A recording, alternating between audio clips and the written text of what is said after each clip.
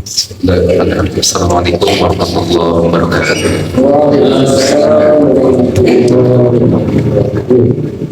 Alhamdulillah wa kafa. Salatu wassalamu ala rasulillah Mustafa wa ala alihi wa sahbihi ahli sidqi wal wafa. Asyhadu an la ilaha illallah wahdahu la syarika lahu wa asyhadu anna Muhammadan abduhu wa rasuluhu alladzi la nabiyya ba'da hatta yaumil qiyamah. Fa inna asdaqal hadisi kitabullah wa khairal hadi hadi Muhammadin sallallahu alaihi wasallam wa syarrul umuri muhdatsatuha wa kullu muhdatsatin bid'ah wa kullu bid'atin dhalalah wa kullu dhalalatin finnar. Qala Allah ta'ala fi kitabihil karim wa huwa asdaqul qailin wa biqaulihi yahtadil muhtadun. A'udzu billahi minasyaitonir rajim. Bismillahirrahmanirrahim. Ya ayyuhalladzina amanu taqullaha haqqa tuqatih wa la tamutunna illa wa antum muslimun. Al-ayat sadaqallahul azim wa balagha rasulun nabiyyil karim wa nahnu ala dzalika minasyahidin wasyakirin. Amma ba'd. Ikhwani rahimakumullah, di dalam agama Islam itu ada salah satu poin yang sangat penting dan krusial, yaitu takwa. Takwa secara bahasa adalah menjauhi larangan, kemudian mendekatkan diri kepada yang diwajibkan oleh Allah Subhanahu wa Ta'ala. Kemudian di dalam hadis Arba'in, takwa ini disebutkan beberapa kali di beberapa hadis. Adapun hadis yang akan dibahas pada pagi hari ini yaitu hadis yang bersumber dari Abi Dzar, Jundub bin Junadah, wa Abi Abdurrahman, Mu'adz bin Jabal radhiyallahu anhu. Qala Rasulullah sallallahu alaihi wasallam, kemudian konteks hadisnya seperti ini: ittaqillaha haitsu ma kunta, bertakwalah dimanapun kalian berada. Wa atbi'is sayyi'atal hasanata tamhuha, dan ikutilah kejelekan dengan kebaikan. Wa khaliqin nasa bi khuluqin hasan, dan berakhlaklah kepada sesama manusia dengan akhlak yang baik, akhlak yang mulia. Kemudian yang pertama, ittaqillah haitsu ma kunta, kata Rasulullah sallallahu alaihi wasallam. Bertakwa, berakhlak mulia. Itu memang dua hal yang menyebabkan banyak muslim kemudian mukmin masuk surganya Allah Subhanahu wa Ta'ala. Dari Abu Hurairah, beliau pernah mengatakan Rasulullah sallallahu alaihi wasallam pernah bersabda. Rasulullah ditanya ketika itu, apa yang membuat seseorang itu banyak masuk surga? Kemudian Rasulullah menjawab, taqwa Allah wa husnul khuluq, takwa kepada Allah dan berakhlak yang baik. Kemudian para sahabat pun bertanya lagi kepada Rasulullah sallallahu alaihi wasallam, wa su'ila an aktsari ma yadkhulun nar, dan apa hal yang membuat banyak manusia masuk neraka? Kemudian Rasul pun menjawab, al-famu wal farju, mulut dan kemaluan, kata Rasulullah sallallahu alaihi wasallam. Nah, kemudian takwa itu asalnya seperti kita menjadikan itu antara seseorang hamba kemudian dengan seorang khaliq itu suatu penghalang, Pak. Tapi penghalangnya ini penghalang seorang hamba kepada Allah, tapi penghalang si hamba ini dalam melakukan kemaksiatan, kemudian kemungkaran dan dosa. Jadi takwa itu upaya seorang hamba untuk membuat tembok penghalang dari dirinya untuk melakukan kemaksiatan kepada Allah. Takwa itu seperti itu. Kemudian takwa yang disebut di sini menghalangi suatu hamba dari perbuatan dosa, seperti dari kemarahan, murka, kemudian sesuatu yang mendatangkan kemurkaan Allah Subhanahu wa Ta'ala. Takwa ini bisa dilakukan dengan melakukan perintah Allah dan menjauhi larangannya.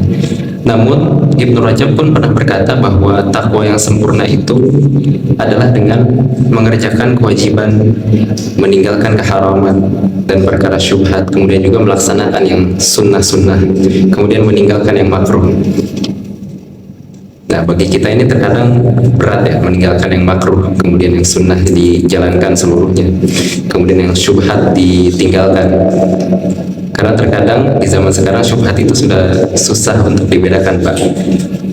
Terkadang tercampur dengan barang yang halal syubhat itu. Maka itulah kata Ibnu Rajab adalah takwa, derajat takwa yang paling tinggi. Jika kita bisa untuk melakukannya. Jika kita tidak bisa melakukannya, Allah berfirman, fattaqullaha mastata'tum. Bertakwalah sesuai kemampuan kalian. Kemudian ada di dalam hadis itu wa atbi'is sayyi'atal hasanata. Nah, kata Rasulullah sallallahu alaihi wasallam, ikuti kejelekan dengan kebaikan. Nah, kejelekan diikuti sama kebaikan. Nah, apa maksudnya di sini itu? Kejelekan itu diikuti dengan taubat. Kejelekan diikuti dengan taubat. Bisa juga kebaikan di sini bukan hanya taubat saja yang mengikuti kejelekan itu, namun lebih umum. Nah, ada di dalam Al-Quran disebutkan wa aqimis sholata tarafayn nahari wa zulafan minal lail. Innal hasanati yudhibnas sayyi'at. Kemudian dirikanlah sembahyang, dirikanlah sholat pada pagi dan petang. Perbuatan yang baik itu akan menghapuskan dosa-dosa yang lalu. Nah, kemudian ulama di sini menafsirkan ayat ini seperti, apakah amalan solih itu bisa menghapuskan dosa-dosa besar? Dosa kabair, kemudian dosa lebih kecil sekaligus dua-duanya, atau amalan solih ini hanya menghapuskan dosa kecil saja? Karena kan dosa terbagi dua, Pak. Ada dosa besar, ada dosa kecil. Nah, seperti itu.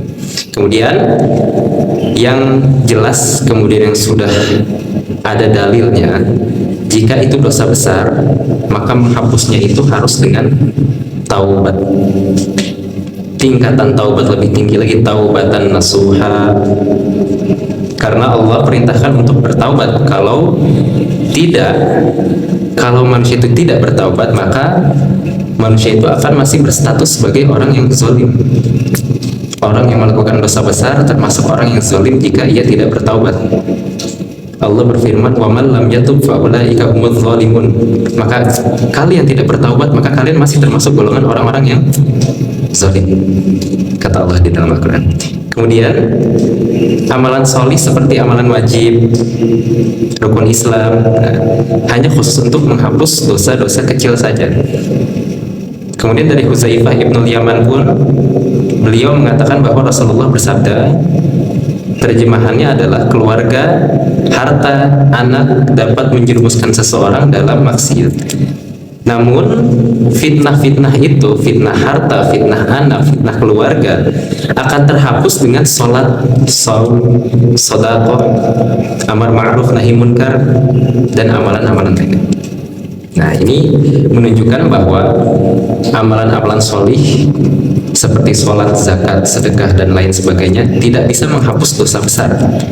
Dosa berzina, bertaubat tidak bisa dihapus hanya dengan sedekah, atau tidak bisa dihapus dengan hanya berdoa, kemudian meniatkan amalan kita untuk diampuni dosa kita terhadap dosa zina itu, tidak.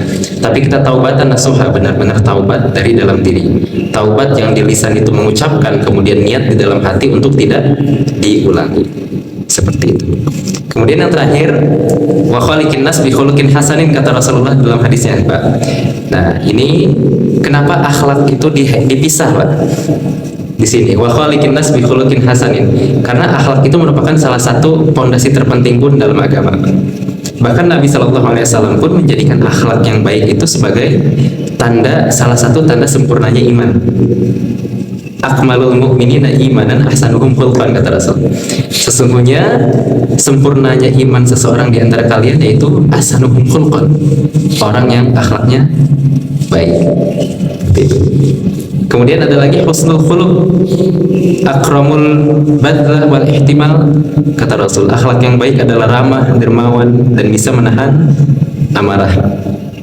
Kemudian yang terakhir, kita dapat mengambil sedikit intisari konklusi dari hadis ini bahwa takwa bisa dijalankan di mana saja, tidak hanya di ruang ibadah. tidak hanya di masjid, tidak hanya di musola, tapi ketika kita di jalan, tempat umum, publik, bahkan kita bisa bertakwa dengan cara yang paling ringan, yaitu menghindarkan batu ataupun perkara-perkara yang bisa mencelakakan orang dari jalanan. Dari sekecil itu, maka kata Rasul, ittaqillah haitsuma kunta, bertakwalah kalian dimanapun kalian berada. Kemudian yang terakhir, wa khaliqin nasa bi khuluqin hasanin, berakhlak dengan akhlak yang baik. Itu menunjukkan bahwa tidak hanya takwa saja yang menunjukkan bahwa iman itu sempurna. Ibadah tidak vertikal saja, tapi wa khaliqin nas bi khuluqin hasanin, ibadah ada yang namanya horizontal, yaitu bermuamalah kepada sesama manusia dan berakhlak yang baik. Hablum minallah wa hablum minan nas. Wallahu a'lam bishawab. Mari kita berdoa kepada Allah Subhanahu wa taala agar Allah selalu menyehatkan tubuh kita semua, menjauhkan kita dari segala penyakit. Semoga yang sakit dapat secara cepat mendapatkan kesembuhan. Kemudian semoga kita semua dimudahkan rezeki kita, hajat kita, urusan kita semua dimudahkan, dan semoga kita diwafatkan dalam keadaan husnul khatimah. Rabbana zalamna anfusana wa illam taghfir lana wa tarhamna lanakunanna minal khasirin. Rabbana atina fid dunya hasanah wa fil akhirati hasanah wa qina adzabannar.